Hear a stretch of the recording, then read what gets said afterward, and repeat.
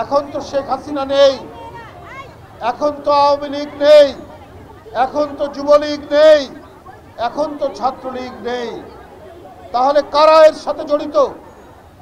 কারাই দুষ্কর্মের সাথে জড়িত? কারাই কলঙ্কিত হিংস্র ঘৃণ্য অপরাধের সাথে জড়িত? আমি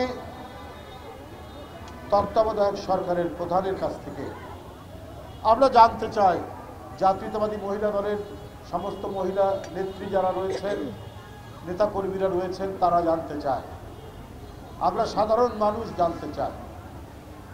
এখন তো যুবলীগের দুর্বৃত্তরাই নেই, যারা টেন্ডারবাজি, যারা চাঁদাবাজি, যারা দখল বিভিন্ন বাণিজ্য করেছে, যারা ক্যাসিনো খুলেছে, তারা নাই। তাহলে এই দুর্বৃত্তদের কিভাবে জন্ম লাভ করছে? যে শিশু তার বোনের বাড়িতে নিরাপদ নয়, সে শিশু আর কোথায় নিরাপদ হবে? আর কোথায় তার নিরাপত্তার জায়গা থাকবে? নিরাপত্তার জায়গা থাকতে পারে না। সবচাইতে নারীরা নির্যাতিত হয়েছেন। শিশু নির্যাতনের এক মহা উৎসব চলেছে শেখ হাসিনার আমলে 15 বছর। সে কোনো কিছুই তোয়াক্কা করেনি। নৈতিকতা শিক্ষা হয় কোথার থেকে? পরিবার থেকে, স্কুল কলেজ থেকে। আপনার শেখ হাসিনা সবাইকে শিক্ষা দিয়েছেন যে আমার বাপকে তোমরা জাতির বাপ বলবে। এটাই স্কুল কলেজে সত্য কথা। স্কুল কলেজের পাঠ্য বইয়ের মধ্যে খালি তার বাপ, তার মা, তার ভাই, এদের কাহিনী লেখা আছে। তাহলে সেই কাহিনী যদি কেউ গভীরে যায়, তাহলে কি পাবে সেখান থেকে? কি নৈতিকতার শিক্ষা পাবে? শেখ হাসিনার ভাইয়ের নামে ব্যাংক ডাকাতির অভিযোগ রয়েছে, সত্য কিনা জানি না, তো অভিযোগ তো রয়েছে, মানুষ তো শুনেছে। এখন তার কাহিনী একজন মহামানবের মতো যদি পাঠ্য বইয়ে যদি লেখা থাকে, আর সেই পাঠক বা সেই শিক্ষার্থীরা যদি অন্য কারো কাছ থেকে শোনে যে এই লোকের কাহিনী হচ্ছে যে ব্যাংক ডাকাতি, তাহলে কি শিখবে? তো শেখ হাসিনা 15 বছর তিনি বাংলাদেশকে করেছিলেন শেখতন্ত্র। তার কথাই পড়তে হবে, তাদের কথাই জানতে হবে, তাদেরকেই পূজা করতে হবে।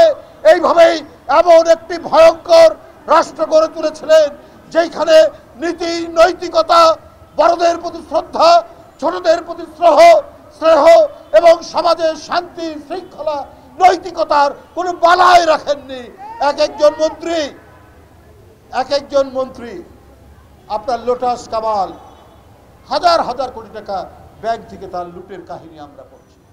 সাইফুজ্জামান চৌধুরী চট্টগ্রামের শত শত কোটি টাকা লুটের কাহিনী। অবৈধ টাকার সাথে সমাজের অপরাধের সম্পর্ক রয়েছে, এটা অত্যন্ত সত্য। যখন ব্যাংক লুটেরা হবেন এমপি, যখন টাকা আত্মসাৎকারীরা হবেন সমাজের জনপ্রতিনিধি, টাকা পাচারকারীরা যখন সমাজের গণ্যমান্য ব্যক্তি হবেন, তখন ধর্ষক, সন্ত্রাসী, হিংস্রতা, রক্তপাত, অন্যের প্রাণ কেড়ে নেওয়ার এক মহাযজ্ঞ শুরু হবে। সেটাই হয়েছিল 15 বছর। এখন তো সমস্ত রাজনৈতিক দল, গণতান্ত্রিক রাজনৈতিক দল এবং ছাত্রদের আন্দোলনে ডক্টর ইউনূস সাহেব যাকে সমর্থন করা হয়েছে, যার সরকারকে, অন্তর্বর্তীকালীন সরকার, সেই সরকারকে সমর্থন দেওয়া হয়েছে। তাহলে এখন কেন এই পরিস্থিতি তৈরি হচ্ছে? কেন এটা সৃষ্টি হচ্ছে? প্রশাসন কারা?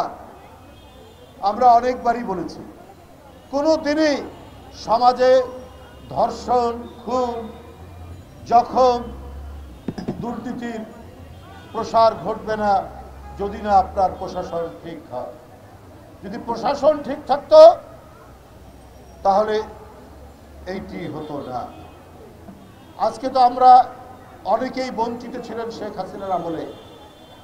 অনেকের বঞ্চনা ঘুষিয়েছে, অনেকে প্রমোশন পেয়েছেন, ডাবল প্রমোশন পেয়েছেন।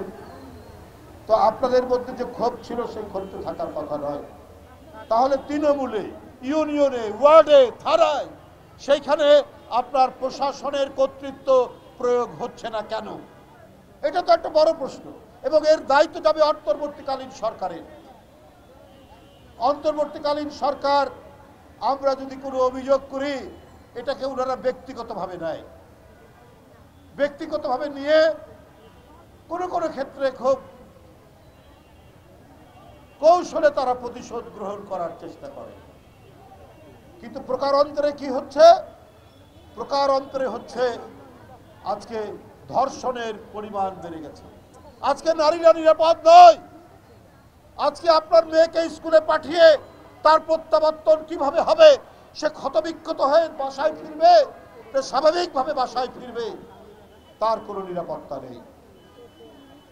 বন্ধুরা আমার, আসিয়ার জন্য সমস্ত আইনি দায়িত্ব নিয়েছেন বিএনপির ভারপ্রাপ্ত চেয়ারম্যান জনাব তারেক রহমান। তিনি দ্রুত গতিতে বিএনপির নারী নেত্রীদেরকে তার বাসায় পাঠিয়েছেন, হাসপাতালে পাঠিয়েছেন, ঢাকায় তো না, হাসপাতালে হাসপাতালে পাঠিয়েছেন। বেগম সেলিমা রহমান, আফরোজা আব্বাস সবাই ছুটে গিয়েছে এবং তার আইনি দায়িত্ব নিয়েছেন স্বয়ং ভারপ্রাপ্ত চেয়ারম্যান। বন্ধুরা আমার কথা হলো, সরকারের প্রতি আপনার পুলিশ বাহিনী আছে। যখন ঘটনা ঘটে আমরা কি করব? আমরা দেখছি অপরাধীদেরকে ছাড় দেওয়া হবে না। আরে অপরাধী অপরাধ করার আগেই যদি আপনার আইনের প্রয়োগ ঠিকঠাক মতো হতো, আইনের শাসন প্রয়োগ করা হতো, তাহলে এই পরিস্থিতি হতো না। বন্ধুরা আমার, আমরা শুনি ডিসি অফিস, এসপি অফিস, মন্ত্রণালয়, বিভিন্ন জায়গায় নাকি ছাত্ররা গিয়ে, যারা বৈষম্য বিরোধী ছাত্র, তাদের প্রতি তো আমাদের কৃতজ্ঞতা রয়েছে, তাদের প্রতি তো তাদের অবদান তো আমরা ভুলি না। কিন্তু তারা যদি ডিসিকে নির্দেশ করে, তারা যদি এসপিকে নির্দেশ করে, তারা যদি ডিসি এসপির ঘরে বসে থাকে, তাহলে আপনি আইন প্রয়োগ হবে কি করে? আরে ডিসি এসপি অন্যায় করলে আপনি ক্যাম্পাসে তার প্রতিবাদ করুন। আপনার জায়গা ক্যাম্পাস, আপনার হাতে বই থাকবে। আপনি শিক্ষা ব্যবস্থাকে আরো কিভাবে মজবুত করা যায়, আরো কিভাবে আমাদের শিক্ষার মেরুদণ্ডকে মজবুত করা যায়, আমি বৈষম্য বিরোধী ছাত্র নেতাদেরকে অনুরোধ করব, আপনারা ক্যাম্পাসে প্রতিবাদ গড়ে তুলুন, যেভাবে আপনারা কোটা আন্দোলন গড়ে তুলেছিলেন শেখ হাসিনার বিরুদ্ধে।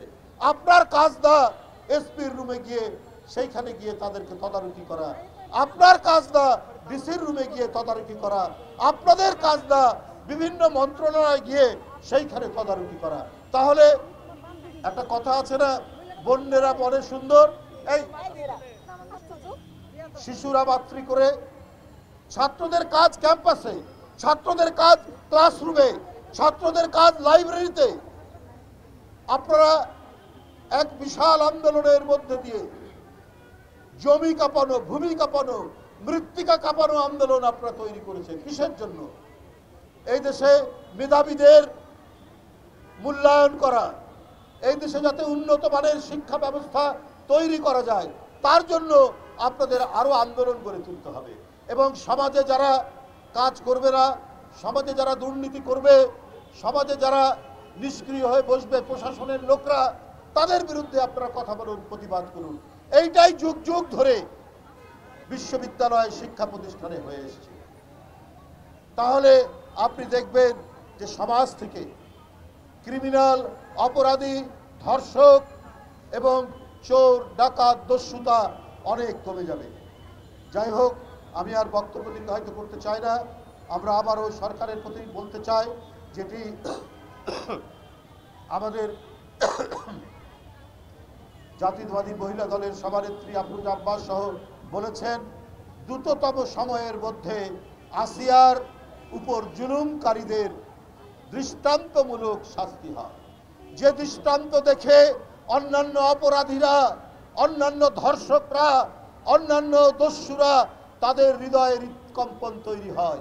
এইটাই হচ্ছে আইনের শাসন, এইটার জন্য এই 15 বছর আমরা লড়াই করেছি, এর জন্য এত আত্মত্যাগ।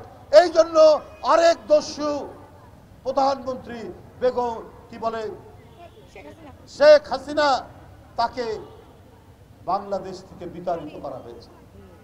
বন্ধুরা আমার, সুতরাং সবাইকে আবারও ঐক্যবদ্ধভাবে এই অপরাধীদের বিরুদ্ধে আমাদের একযোগে কাজ করতে হবে। সেখানে গণতন্ত্র মানা মানুষ, রাজনৈতিক দল এবং সবাই, বৈষম্য বিরোধী ছাত্ররা সহ প্রত্যেকে মিলে, সমস্ত ছাত্র সংগঠন যারা গণতন্ত্রের জন্য লড়াই করেছে, সবাইকে একত্রিত হয়ে এই কাজটি করতে হবে। এই বলেই আমি এবার বক্তব্য শেষ করছি। ধন্যবাদ সবাই।